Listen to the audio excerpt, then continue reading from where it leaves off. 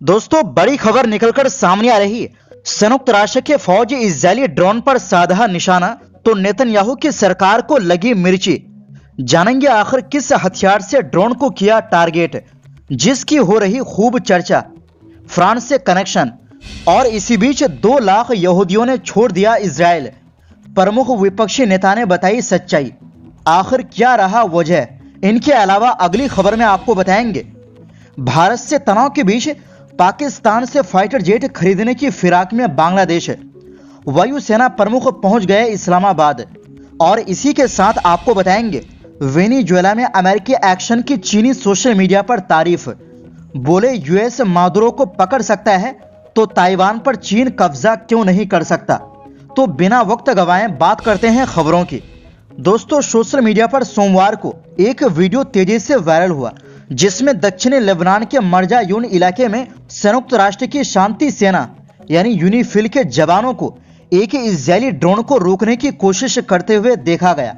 इस वीडियो में साफ दिखाई देता है कि मेस अल जबल इलाके में तैनात यूनिफिल का एक जवान उस वक्त अजीब सा हथियार आसमान की तरफ ताने खड़ा है जब एक इजरायली ड्रोन उनके काफी करीब आ जाता है, जिससे यह साफ हो गया कि ये कोई आम बंदूक नहीं थी।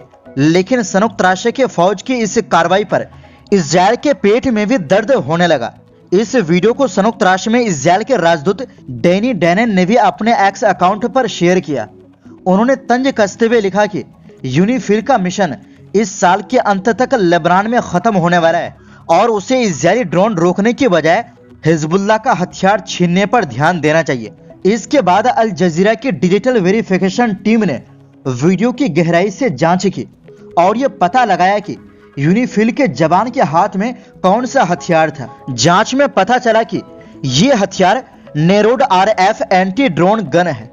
ये गोली नहीं चलाती बल्कि ड्रोन के कंट्रोल सिग्नल को जाम कर देती है, जिससे ड्रोन काम करना बंद कर देता है या गिर जाता है। इसे फ्रांस की कंपनी MC2 टेक्नोलॉजीज बनाती है। जनवरी 2025 में फ्रांसीसी सेना की रिपोर्ट में बताया गया था कि लेबनान में यूनिफिल के पास ऐसे हथियार है और ये रोजाना कई ड्रोन पर नजर रखते हैं, ज्यादातर इजरायल की तरफ से उड़ाए गए।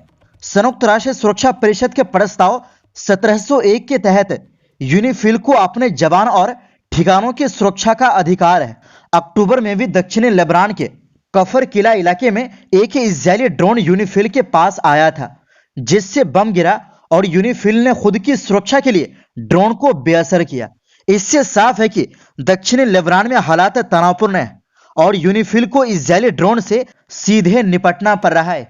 इसी बीच इजरायल के विपक्ष के नेता यायर लेपिड ने चेतावनी दी है कि निराशा और बढ़ते आर्थिक संकट की वजह से बड़ी संख्या में यहूदी इजरायल छोड़कर जा रहे हैं। लेपिड के मुताबिक पिछले 3 सालों में करीब 2 लाख इजरायली उम्मीद टूटने और जिंदगी की हालत खराब होने के कारण कब्जे वाले इलाकों से बाहर चले गए हैं और उन्होंने इसे एक बहुत ही गंभीर और अब तक न देखी गई स्थिति बताया।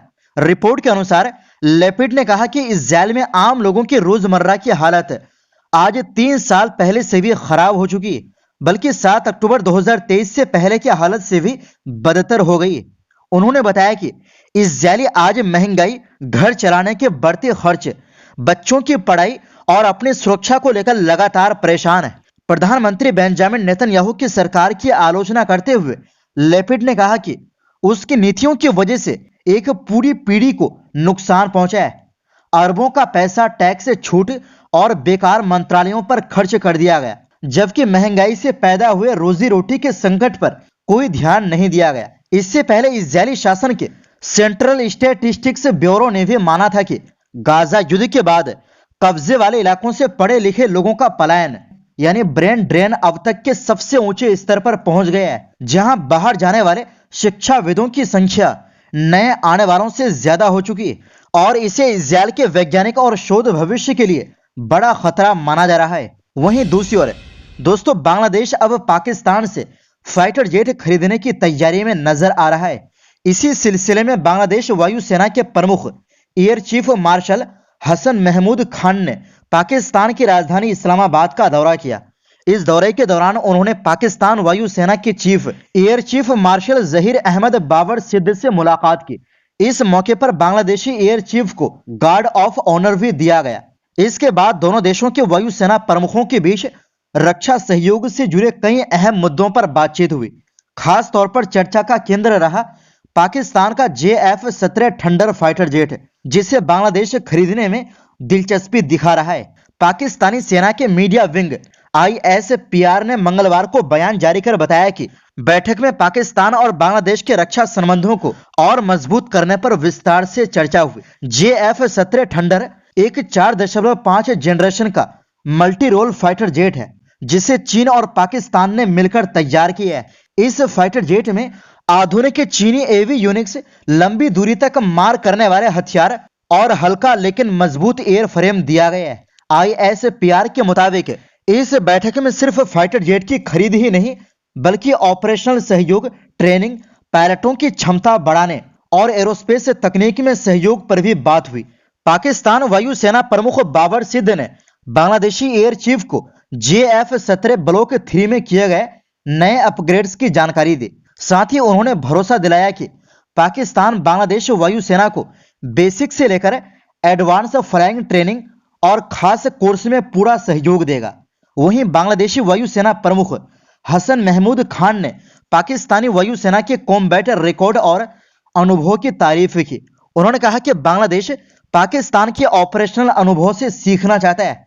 उन्होंने ये भी मांग रखी कि बांग्लादेश के पुराने लड़ाकू विमानों के रखरखाव और हवाई निगरानी बढ़ाने के लिए एयर डिफेंस रडार सिस्टम को जोड़ने में पाकिस्तान मदद करे। इसके अलावा बांग्लादेशी प्रतिनिधि मंडल ने पाकिस्तानी वायुसेना की कई अहम सुविधाओं का भी दौरा किया। इनमें national ISR and integrated air operations centre, पाक एयरफोर्स साइबर कमांड और national aerospace science and technology park शामिल है। वहीं दूसरी ओर दोस्तों, अमेरिकी सेना के डेल्टा फोर्स के एलिट कमांडो वेनेजुएला में राष्ट्रपति को अगवा करने की आखिरी तैयारी कर रहे थे। ठीक उसी वक्त राष्ट्रपति निकोलस मादुरो चीन के लैटिन अमेरिका मामलों के अधिकारी क्यू शियाओची के साथ फोटो खिंचवा रहे थे। CNN की एक रिपोर्ट के मुताबिक निकोलस मादुरो ने चीनी अधिकारी से कहा कि शी जिनपिंग उनके लिए एक बड़े भाई की तरह है। इस घटना के कुछ ही घंटे बाद अमेरिकी सेना मादुरो को उनके बेडरूम से खींचकर अपने देश लेकर चले गए। इस घटना के बाद चीन भले ही चिंतित और नाराज है, लेकिन वहां के सोशल मीडिया पर ऑपरेशन वेनेजुएला की तारीफ हो रही है। कई यूजर्स इसे ताइवान पर चीनी सैन्य कब्जे के लिए एक मॉडल के रूप में देख रहे हैं। चीन ने मादुरो की गिरफ्तारी की तुरंत निंदा की और वाशिंगटन पर दुनिया का पुलिस वाला बनने का आरोप लगाया। चीन ने अमेरिकी छापे को गलत बताया और मादुरो वो उनकी पत्नी की तुरंत रिहाई की मांग की। इनके अलावा खुद चीन के राष्ट्रपति शी जिनपिंग ने कहा कि हर देश को अपने विकास का रास्ता खुद चुनने का हक होना चाहिए और सभी को अंतर्राष्ट्रीय कानून और UN चार्टर का पालन करना चाहिए। बड़ी ताकतों को दूसरे के लिए मिसाल बनना चाहिए।